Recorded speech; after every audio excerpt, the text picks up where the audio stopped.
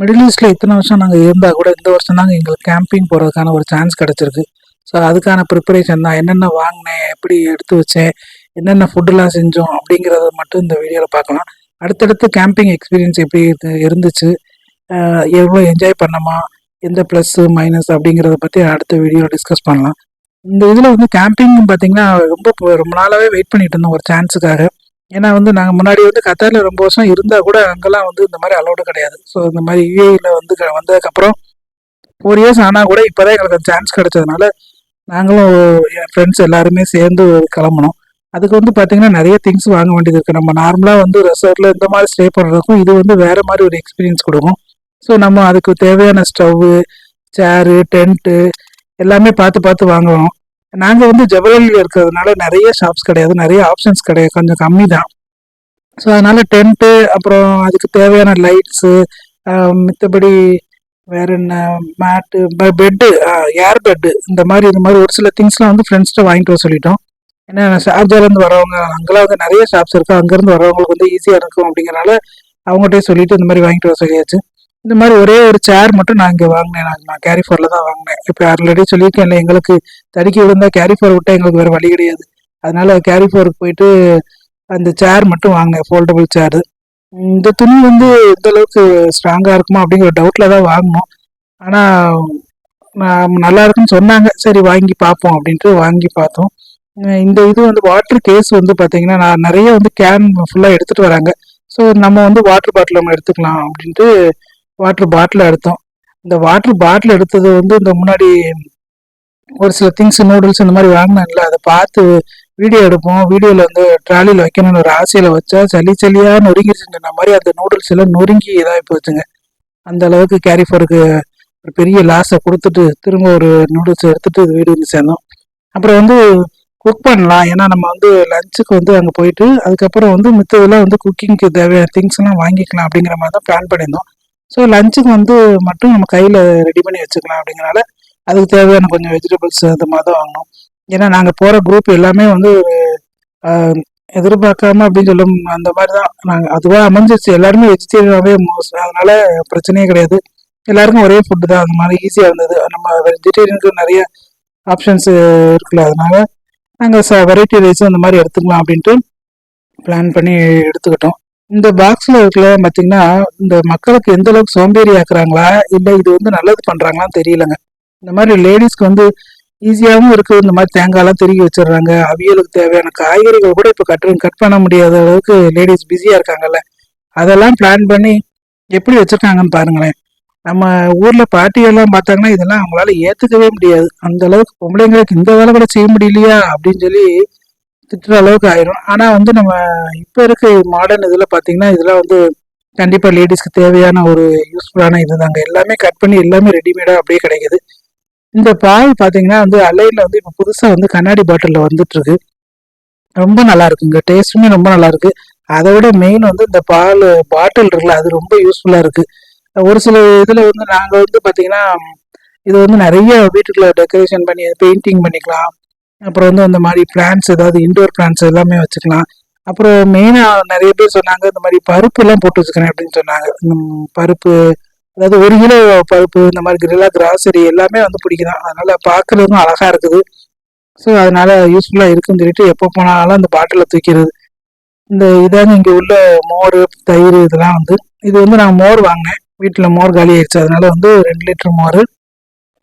அந்த டேட்டு மட்டும் கொஞ்சம் செக் பண்ணி எடுக்கணும் நம்ம வந்து ஏன்னா நிறைய இடத்துல பார்த்தீங்கன்னா டேட் வந்து ரீசெண்டாக உள்ள டேட் வந்து உள்ளே தள்ளி வச்சுருப்பாங்க. ஸோ அதை செக் பண்ணி டேட் எடுத்துகிட்டு போனோம். இப்போ வந்து நிறைய சந்தோஷமான இது வந்து எங்கள் ரிலேட்டிவ்ஸில் நிறைய பேர் வந்து என்னோட வீடியோ பார்க்குறாங்க. அது நல்லா இருக்கு, இது நல்லா இருக்கு, இப்படி பேசலாம், அப்படி பேசலாம், இது பண்ண அது பண்ண நிறைய அவங்களோட கமெண்ட்ஸ்லாம் சொல்லும்போது ரொம்ப சந்தோஷமா இருந்துச்சு. ஸோ அதனால வந்து இந்த மெயினாக அந்த மோர் எடுத்தது வந்து எங்கள் ரிலேட்டிவ்ஸில் பார்ப்பாங்க அப்படிங்கிறக்காக தான்.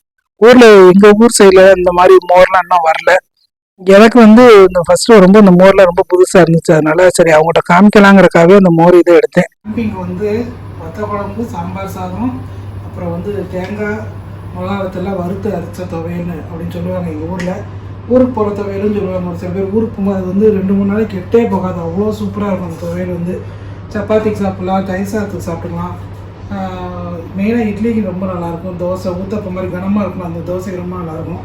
ஸோ இன்றைக்கி ஃபஸ்ட்டு இப்போ வந்து நான் வந்து ஒத்தப்பம் தான் செய்ய போகிறேன். ஸோ புளி வந்து அது கரைச்சி வச்சுட்டேன் ஆல்ரெடி. இப்போ வந்து கரைச்சிருக்கேன், நிறைய போட்டு கரைச்சி வச்சுட்டேன். அப்புறம் குழம்புக்கு போடுறதுக்கு பூண்டு, வெங்காயம், மாவத்தல். அப்புறம் வந்து வத்த குழம்புக்கு வந்து நான் வறுத்து தான் செய்ய போகிறேன், பொடி இல்லை, டைரெக்டாக வறுத்து தான். இதெல்லாம் போட்டு அப்புறம் தேவையான அளவுக்கு காஞ்ச மிளகா. ஓகேவா, ஃபஸ்ட்டு காஞ்ச மிளகா வறுத்துக்கணுமா? அதான் கரெக்டாக காணும், எவ்வளோ வேணுமோ உங்களுக்கு காரத்துந்தாப்புல.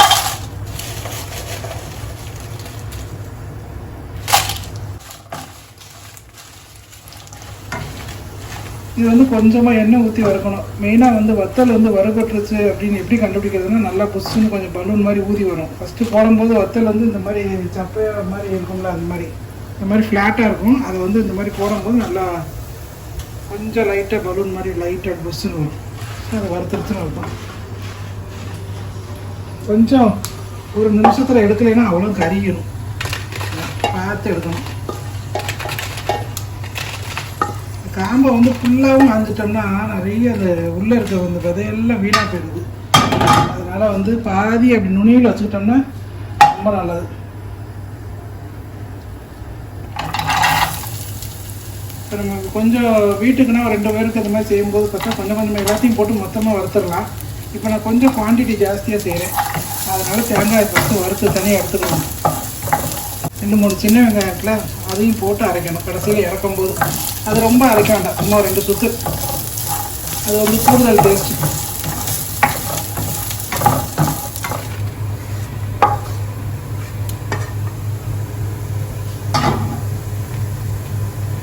இப்போ வந்து மல்லி இப்போ ஓரளவுக்கு எல்லாம் சேர்த்தே போட்டுடலாம், சீக்கிரம் கருகிரும். அதுக்காக மெயின் வந்து இந்த கொத்தமல்லி தான். இந்த கொத்தமல்லி விதை இருக்குல்ல, அதுதான் மெயினாக வந்து நல்லா வாசமாக இருக்கும். கொஞ்சம் எக்ஸ்ட்ரா வச்சுருங்க, அதாவது எல்லா இது ஒரு இது அப்படின்னா இது மட்டும் ஒரு 3 பங்கு வச்சுக்கணும். பட் இந்தளவு வறுபட்டாலே போதும். ரொம்ப கொஞ்ச நேரம் விட்டோம்னா கறிக்கணும், அப்புறம் அந்த டேஸ்ட்டே வந்து மாறிடும். இதை நம்ம பொடி பண்ணி கூட வச்சுக்கலாம், தனியாக வச்சுட்டு சாம்பார் சாதத்துக்கோ இல்லை ஒரு சில வெரைட்டி ரைஸை கூட சேர்த்துக்கலாம். இப்போ நான் தண்ணி ஊற்றி பேஸ்ட்டாக அரைக்க போகிறேன். அப்புறம் வந்து இந்த வறுத்ததுக்கப்புறம் அதே பாத்திரத்தில் வந்து கொஞ்சம் எண்ணெய் ஊற்றிக்கேன். கடைசியில் இறக்கும் போது நல்லெண்ணெய் ஊற்றிக்கலாம். இப்போ நான் கொஞ்சம் போல் சன்ஃப்ளவர் ஆயில் தான் ஊற்றிருக்கேன். இது வந்து ஃபஸ்ட்டு வெங்காயம் போட்டுருவோம். எப்பயும் நான் மணத்தக்காளி வத்தலும் சூப்பராக இருக்கும், அதுவும் போடுவேன். இன்றைக்கி ஆதி ஆயிடுச்சு மணத்தக்காளி வத்தல், அப்புறம் சுண்டை வத்தல், அதெல்லாம் நல்லா டேஸ்ட்டாக இருக்கும். அதெல்லாம் வந்து மெயினாக வத்த குழம்புனாலே சுண்டை வத்த குழம்பும் போட்டாலே அது ஒரு டேஸ்ட்டு. இது வந்து கொஞ்சம் கசப்பு கம்மியாக இருக்கும், அவ்வளோதான்.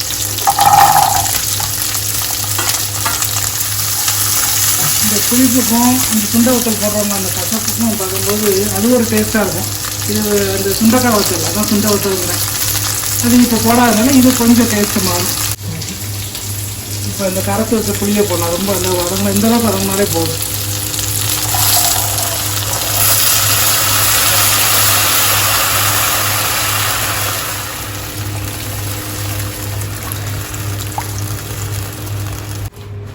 பொடி பண்ணி விட்டுரும்.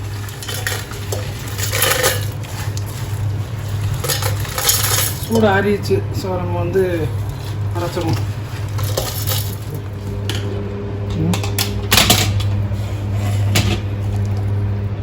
இதெல்லாம் நைஸாக அரைச்சாலே போதும், அப்படியே போட்டுடலாம். இந்த ஃபஸ்ட்டே இந்த மாதிரினா கன்ஃபியூஷன் ஆகுதுன்னு சொல்லிட்டு புளியெலாம் கரைச்சி வச்சுட்டு இந்த அரைச்ச பேஸ்ட்டையும் போட்டு உப்பு உரப்பு செக் பண்ணிவிட்டு அப்படியே போடுவாங்க. நம்ம அதிலே போட்டுருவோம்.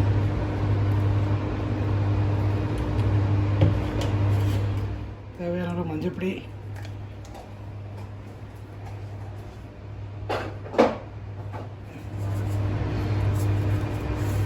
பெருங்காயம், அப்புறம் மெயின் வந்து உப்பு.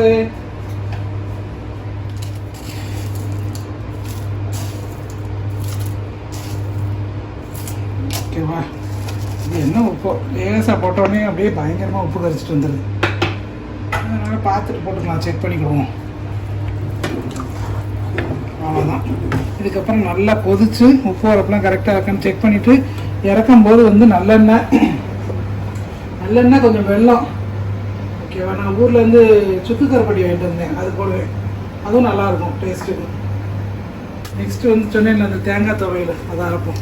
வறுத்து அரைச்ச தேங்காய் துவையல். அதுக்கு வந்து உப்பு இந்த ஃபஸ்ட்டு வந்து மிளகாய் வத்தலை வறுத்துக்கணும்.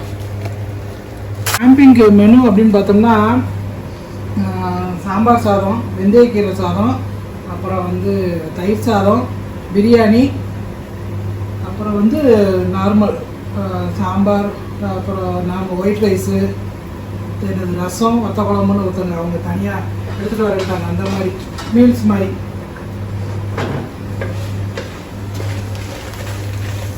இது வந்து லஞ்சுக்கு ஒரு லைட்டாக எண்ணெய் அது ரொம்ப வேண்டாம். கடுகு இதெல்லாம் சேர்த்து அரைச்சிடணும் அதோட. ஓகேவா? கடுகு வந்து கொஞ்சம் கம்மியாக தான் போடணும், இல்லாட்டி கசப்பு தன்மை கூடிடும். அதனால் கடுகு குறைச்சிட்டு உளுந்தம் பருப்பு நிறைய போடணும். அதுதான் டேஸ்ட்.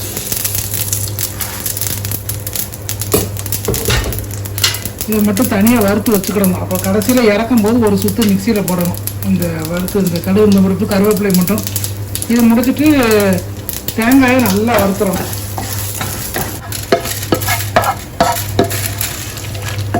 இதுலேயும் தேங்காய் எண்ணெய் ஊற்றோம்னா செம்ம டேஸ்ட்டாக இருக்கும். இப்போ நான் தேங்காய் எண்ணெய் கொஞ்சம் ஊற்ற போகிறேன். இதுதான் மெயினாக நல்லா இருக்கும். தண்ணியே பற்றக்கூடாது. மெயினாக அந்த தேங்காயில் வந்து அந்த உடச்ச தேங்காய் இருக்குல்ல, அதை நல்லா இப்படி கீறி கீறி வச்சுருக்கேன். செய்கிறது வந்து 1.5 தேங்காய் குவான்டிட்டி. தேங்காய் எண்ணெய் சொன்னீங்களா, தேங்காய் எண்ணெய் இது லைட்டாக தெளிச்சாலே போதும். இப்போ உப்பு வரப்பெல்லாம் பெர்ஃபெக்டாக இருக்குது. இப்போ எண்ணெய் ஊற்றிடலாம். இது சொல்லுவாங்களே செக்கில் அரைச்ச சுத்தமான நல்லெண்ணெய் சொல்லுவாங்களே, அந்த இது ஊர்லேருந்து வாங்கிட்டு வந்தது ஃப்ரெஷ்ஷாக. சூப்பராக இருக்கும். அது டேஸ்ட் நல்லாயிருக்கு. நான் சொன்னேன் இல்லை, கடைசியில் இறக்கும்போது வந்து சுகரு, அது சுகருங்க, வெல்லம் பொடி.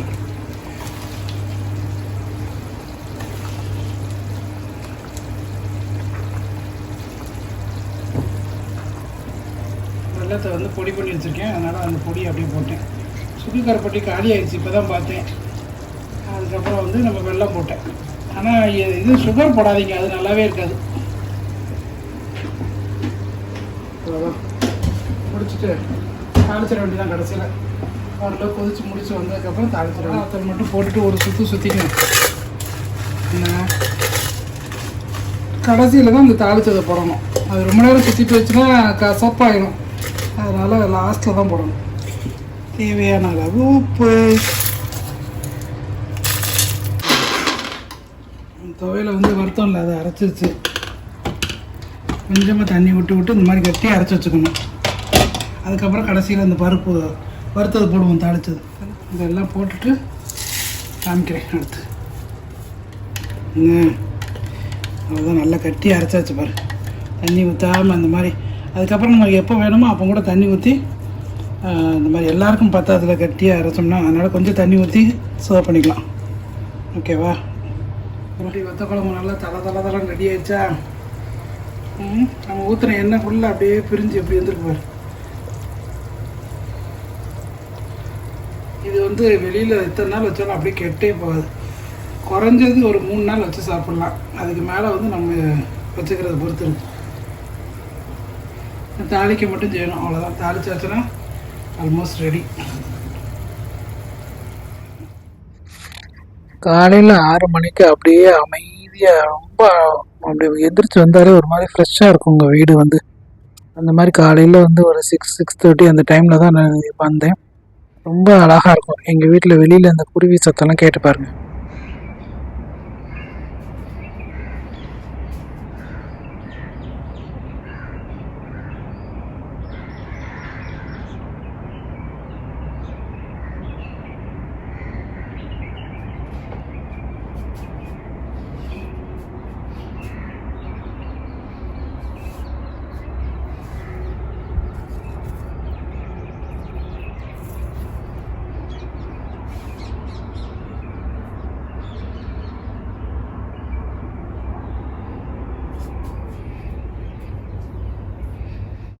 கேட்டிங்களா பறவைகளோட சத்தம்? ரொம்ப அழகாக இருந்துச்சுல.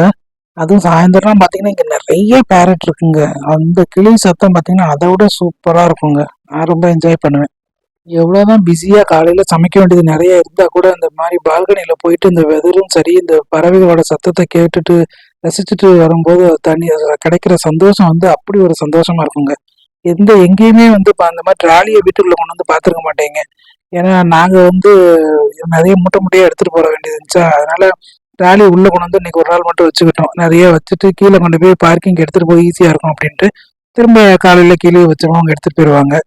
நாங்க வந்து இந்த மாதிரி கிளம்பும்போது பார்த்தீங்கன்னா, எனக்கு அவ்ளோ சந்தோஷமா இருந்துச்சுங்க. ரொம்ப நாள் கழிச்சு நம்ம ஊர்லலாம் இந்த கோயிலுக்கு இந்த மாரி இதெல்லாம் கிளம்புவோம்ல, மொத்தமா எல்லாரும் ஜாயிண்ட் ஃபேமிலியா எல்லாரும் சேர்ந்து ஒரு வேன்ல அந்த மாரி அப்படி ஒரு சந்தோஷமா இருந்துச்சு. எனக்கு வந்து இந்த மாரி கிளம்பி எடுத்து வச்சுட்டு, அதெல்லாம் வந்து எப்படி சொல்றதுன்னே தெரியல. அவ்ளோ சந்தோஷமா நான் எல்லாத்தையும் ரெடி பண்ணிட்டு இருந்தேன். ஸோ இதுல வந்து நானு கொஞ்சம் போல தான் நம்ம பண்ணுனதெல்லாம் எடுத்து வச்சிருந்தேன். ஏன்னா பாத்திரம் பெரிய பாத்திரம் இல்லைங்கனால,